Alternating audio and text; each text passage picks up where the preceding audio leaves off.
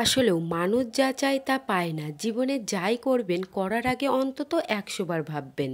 না হলে একটা ভুল সারা জীবনের জন্য কান্না। চাইলেও সেই ভুলটাকে শুধরাতে পারবেন না। কেমন আছো সবাই? আশা করি সকলেই ভালো আছো। আমার চ্যানেলে প্রত্যেককেই স্বাগত জানিয়ে আরও একটা নতুন ভিডিও শুরু করছি। ব্যস্ততার কারণে ডেলি কিন্তু ব্লগ ভিডিও আমি আপলোড দিতে পারছি না আমার চ্যানেলে।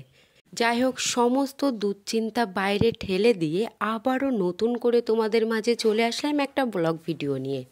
কথাই রয়েছে, চিন্তা যখন মানুষকে সমগ্র দিক দিয়ে গ্রাস করে ফেলে তখন সেই মানুষটা মানসিকভাবে একেবারে ভেঙে পড়ে।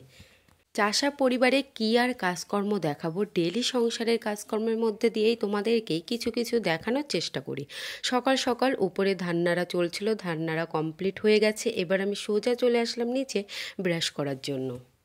দেখবে যাদেরকে তুমি সবথেকে বেশি বিশ্বাস করবে, সবথেকে বেশি ভরসা করবে, সেই সমস্ত মানুষগুলোই একদিন তোমাকে ঠিক বুঝিয়ে দেবে তারা তোমার যোগ্যই নয়। যতই আমি বাপের বাড়িতে এসে থাকি না কেন, তবুও আমি মার সঙ্গে যথেষ্ট পরিমাণে কাজকর্ম করি।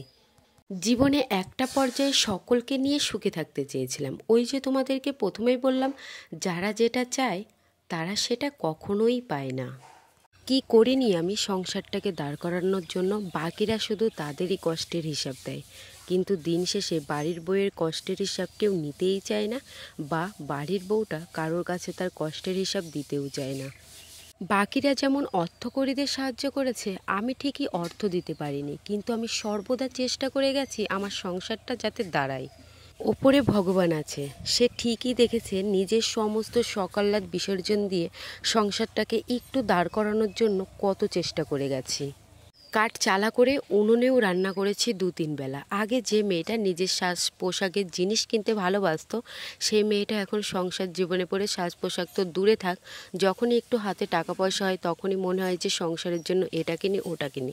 বিছানার চাদর থেকে শুরু করে থালা ঘটি বাটি যতটুকুই পায় না কেন, সেই মুহূর্তগুলোই সেই সমস্ত জিনিসই কিনি যাতে আমার সংসারটা ভরাট থাকে। ৫ মিনিটের ভিডিও দেখে কখনো একটা মানুষকে বিচার করা যায় না। আর ৫ মিনিটের ভিডিওই আমি তোমাদেরকে কতটুকুই বা বলবো। যদি বলি তাহলে হয়তো ৫ দিনে শেষ করা যাবে না। আমার নতুন ঘরটা যবে থেকে তৈরি হয়েছে তবে থেকে ঘরটার পেছনে প্রচুর পরিমাণে আমি পরিশ্রম করেছি। বাকিরাও করেছে, আমিও করেছি। ওই যে বললাম তোমাদেরকে, অন্যরা অর্থ দিয়ে সাহায্য করেছে, কিন্তু আমি আমার গতর দিয়ে সাহায্য করেছি।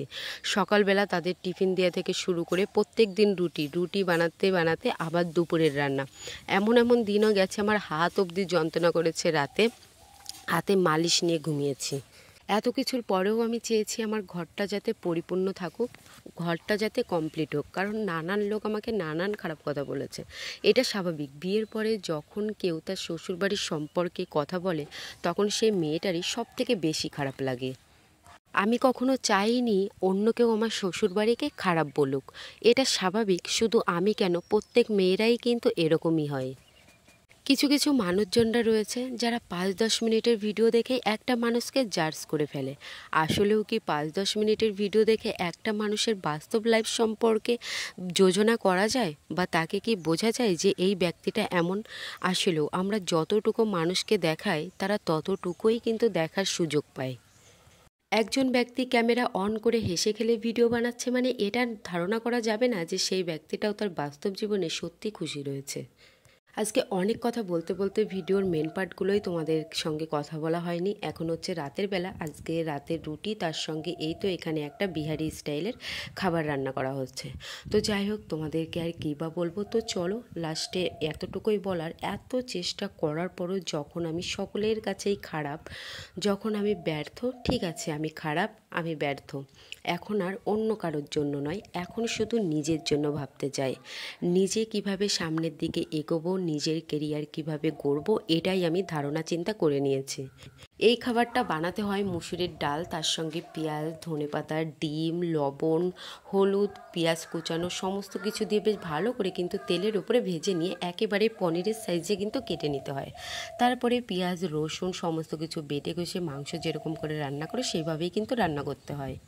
এই তো আজকে রাতের খাবারে ছিল রুটি, তার সঙ্গে এই তো বিহারি স্টাইলের তরকারি। তো চলো আজকের ভিডিওটি আমি এখানে শেষ করছি। সর্বশেষ আমি একটা কথাই বলবো, কারোর কাছে কি আমি সেটা যাই না, কিন্তু আমার কাছে আমি নিজে বড্ড বেশি দাম।